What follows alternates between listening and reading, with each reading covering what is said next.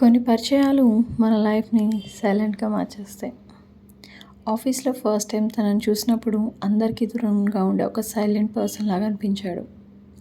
ఫస్ట్లో తనకి యాటిట్యూడ్ అనుకున్నా, ఎందుకంటే ఎవరితో మాట్లాడేవాడు కాదు.